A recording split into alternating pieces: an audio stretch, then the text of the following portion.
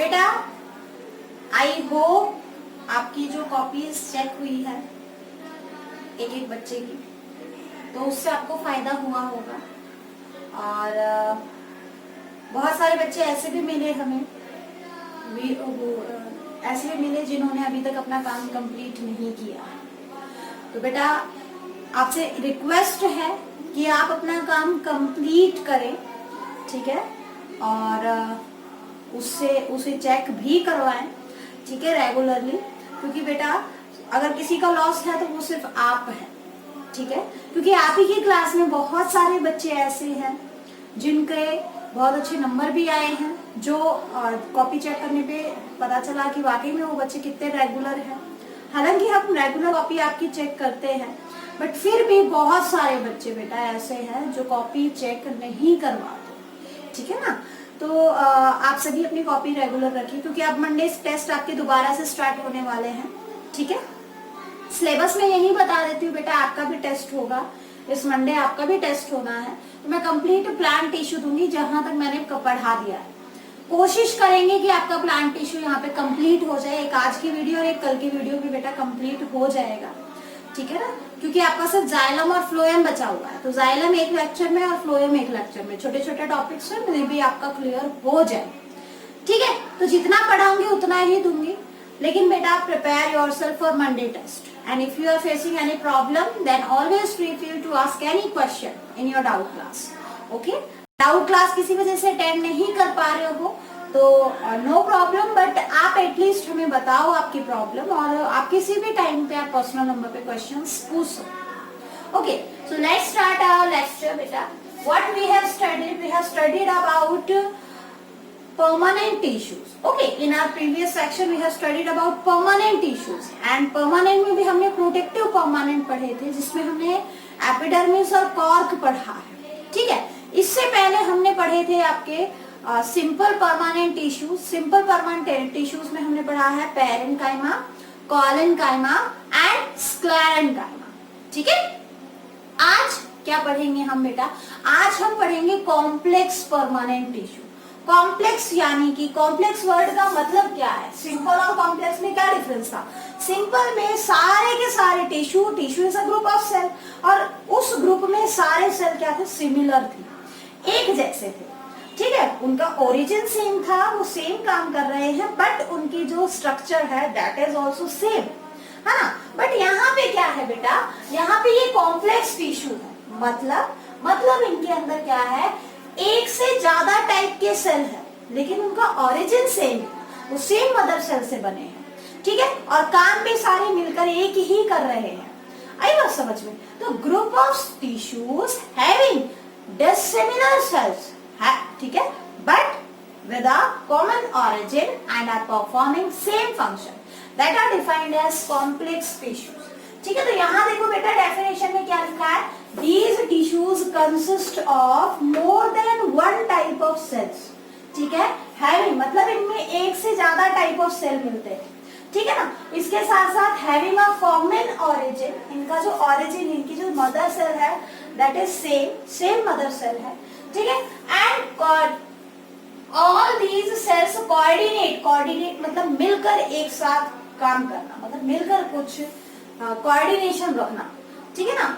To perform a common function, किस लिए है कोऑर्डिनेशन? ताकि वो मिलकर कोई एक जो है फंक्शन को परफॉर्म कर सके। ऐसे टिश्यूज को क्या कहेंगे हम? कॉम्प्लेक्स परमानेंट टिश्यूज, ठीक है।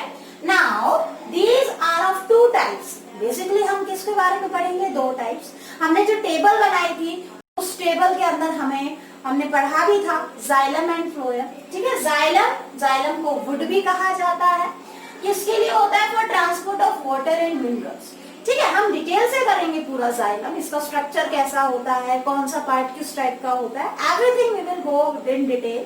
बट फ्लोएम, ठीक है, फ्लोएम यहाँ जस्ट एक इंट्रो ले लो बेटा इस पार्ट में कि आपको क्या क्या पढ़ना है। फ्लोएम को हम बास्ट भी कह सकते हैं, ठीक है, फॉर ट्रांसपोर्ट ऑफ फूड के ट्रांसपोर्ट के लिए, ठीक है।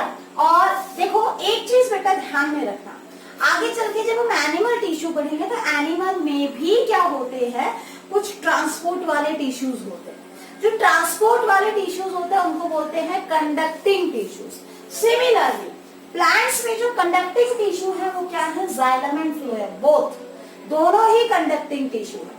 अभी तक आप देख रहे थे जो टिश्यू थे वो कैसे थे आपके, एक तरीके से सपोर्टिव टिश्यू, ठीक है ना, आई बात समझ में। ये कंडक्टिंग भी है और सपोर्टिव भी है, तो मैकेनिकल स्ट्रेंथ तो प्रोवाइड करते हैं, बट फिर भी कहीं ना कहीं मेन काम क्या होता है इनका, कंडक्शन का।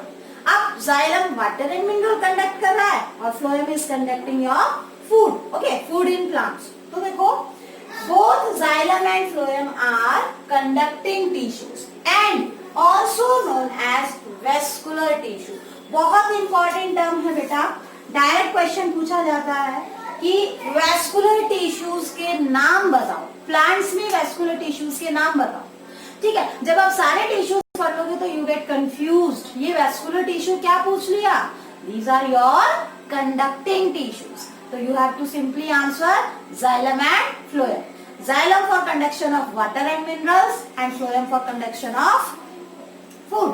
Okay, तो conducting tissues are known as vascular tissues. आई बात समझ में?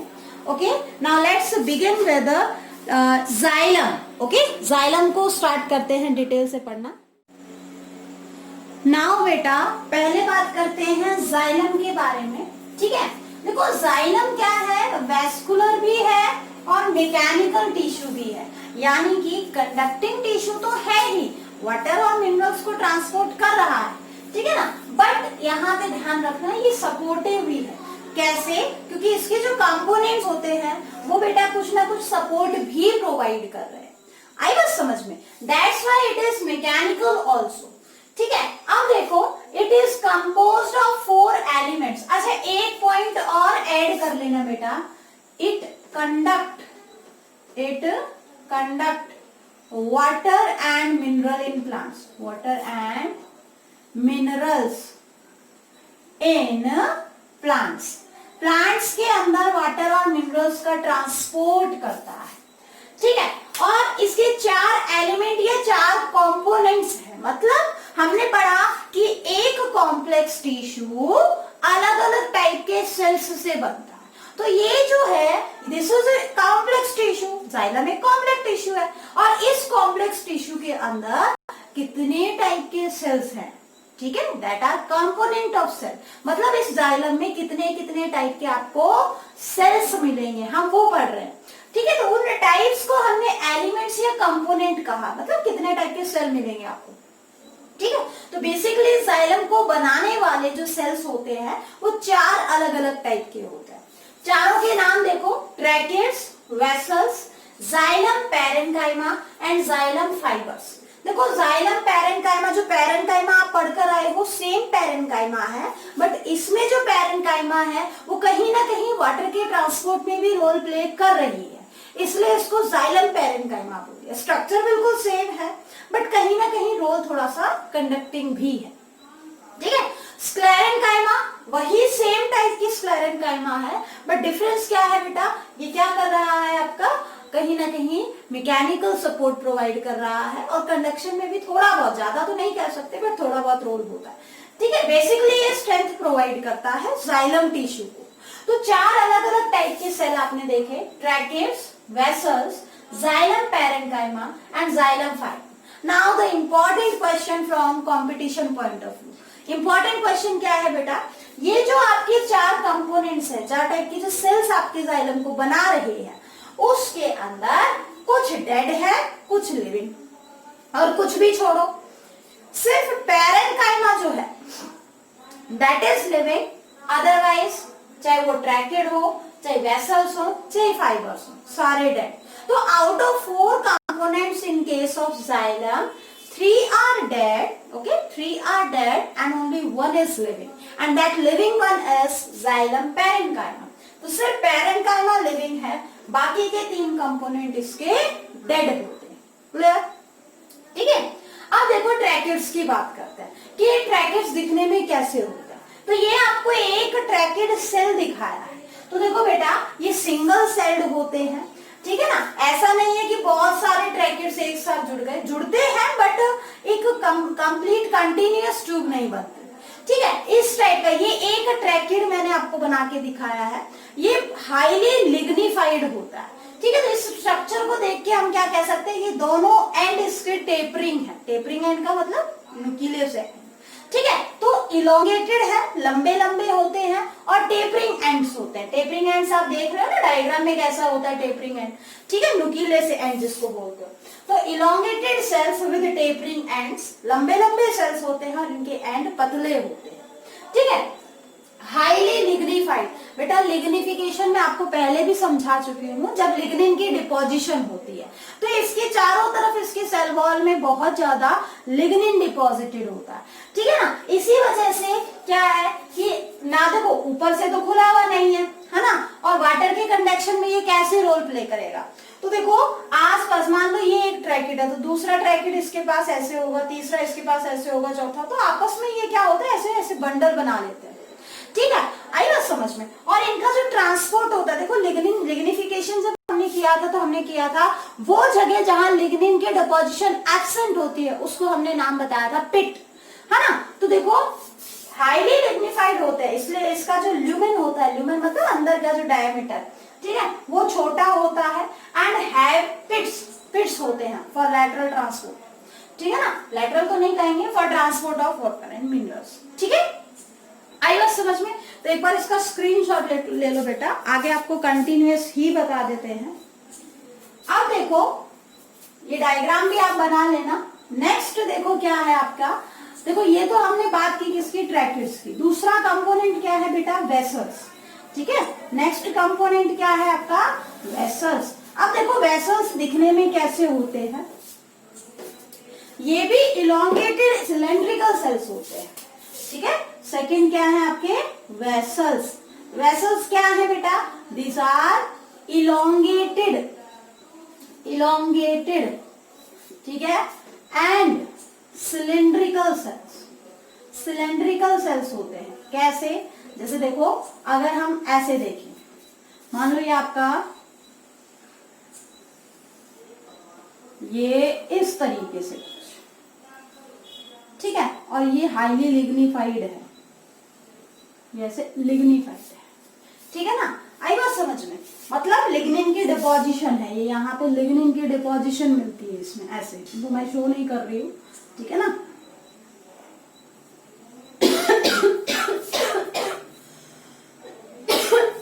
सॉरी।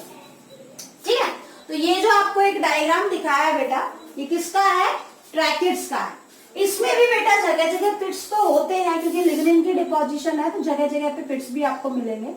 ठीक है ना, अब देखो यहां पे इंपॉर्टेंट क्या है, they are jointed end to end, end to end, forming a continuous tube.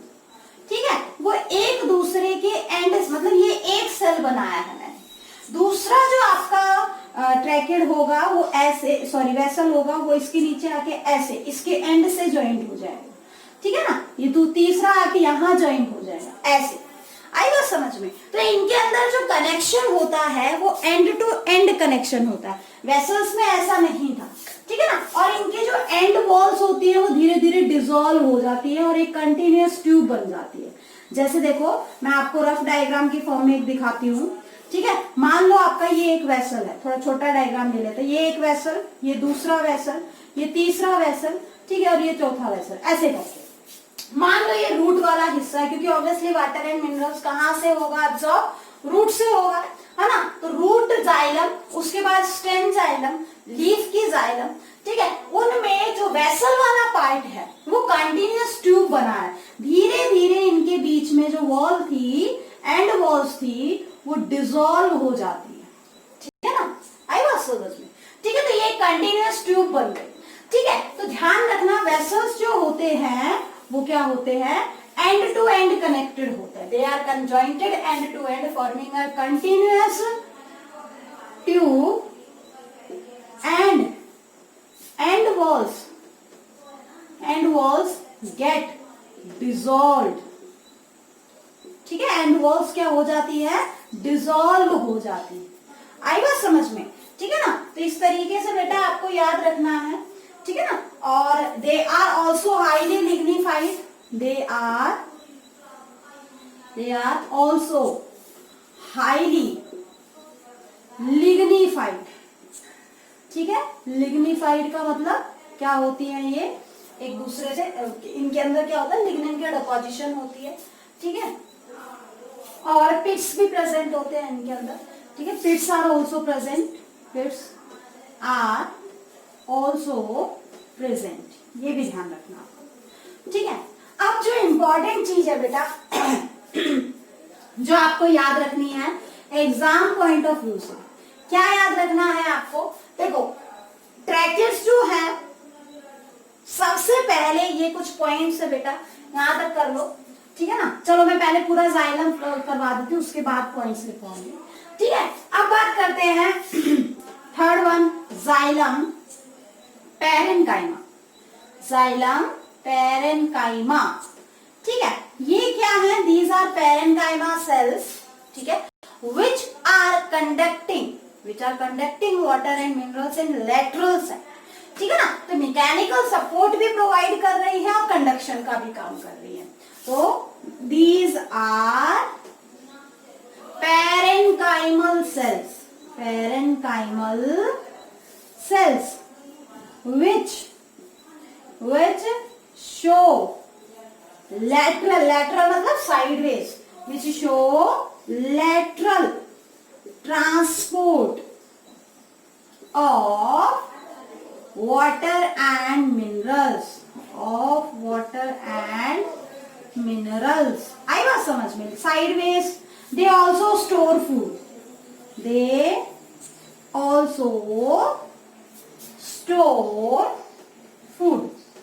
I think बेटा आपको दिखाई दे रहा होगा, they also store food।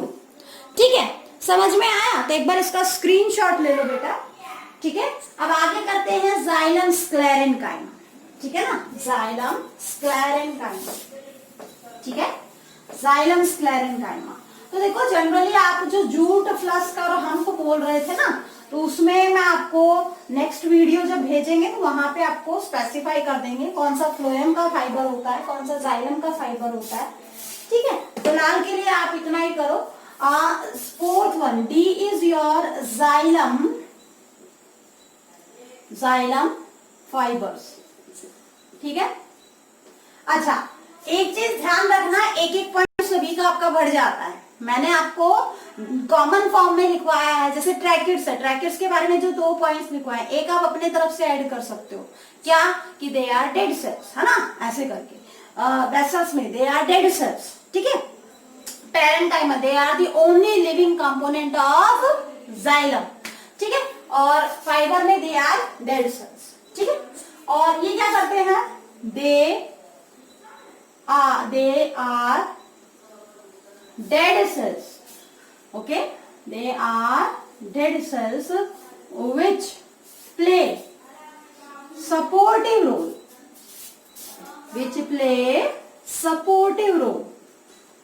ठीक है, in xylem tissue।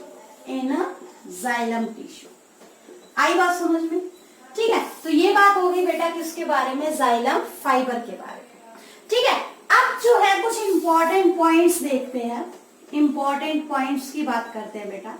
देखो हमेशा जाइलम का जो डायरेक्शन है, कंडक्शन का जो डायरेक्शन है, that is from downward to upward, क्योंकि रूट से शूट में वाटर का ट्रांसपोर्ट होता है and it is the only direction. ठीक है, डाउनवर्ड से अपवर्ड, कभी भी अपवर्ड से डाउनवर्ड वाटर मूव नहीं करेगा। आई बात समझ में? तो flow of water and mineral in xylem is unidirectional. Okay, क्या लिखना आपको? Flow of water and minerals in xylem is unidirectional।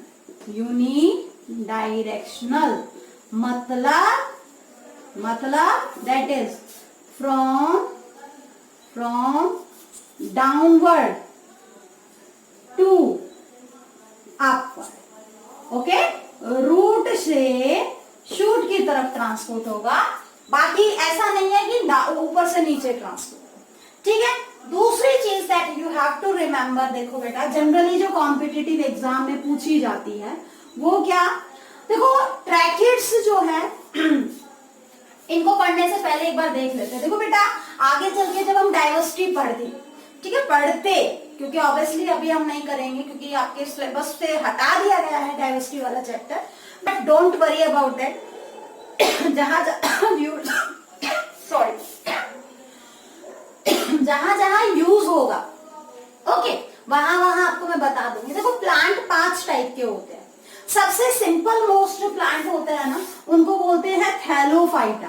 ठीक है, सबसे सिंपल मोस्ट जो प्लांट होते हैं वो होते हैं Thallophyta.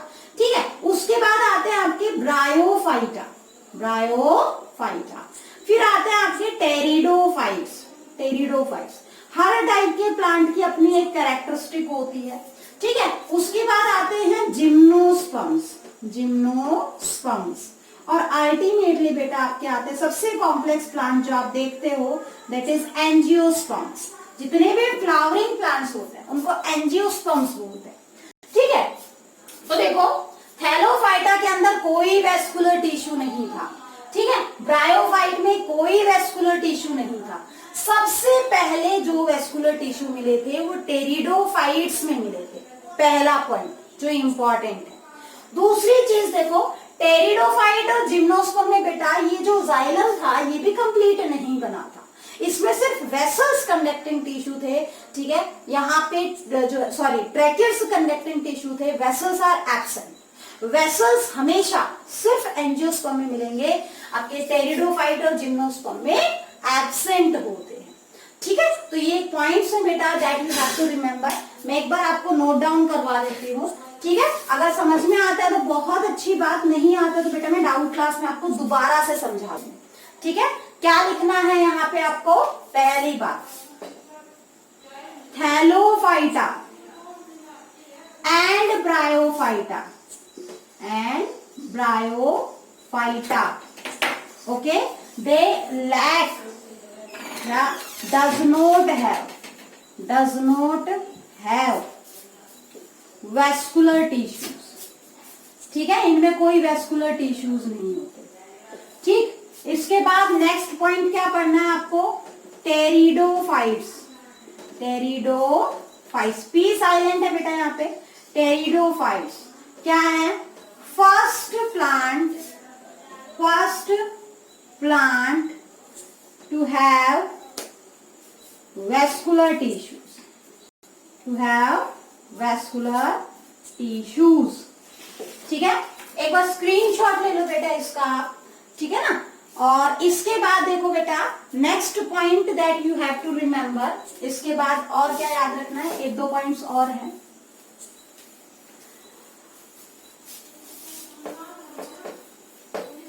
Next point main points ही कर रहे हैं। Main conducting tissue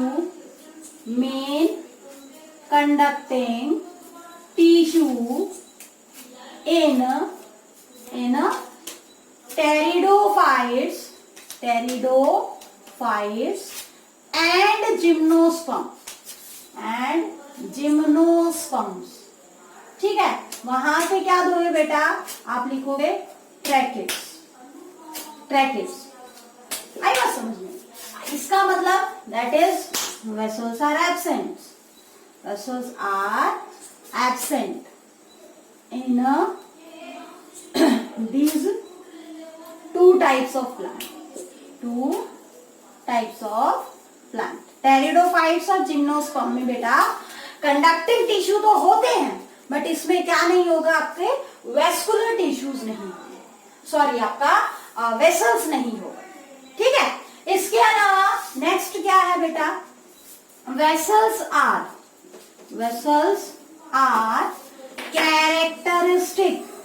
characteristic feature of vessels are characteristic features of angiosperms।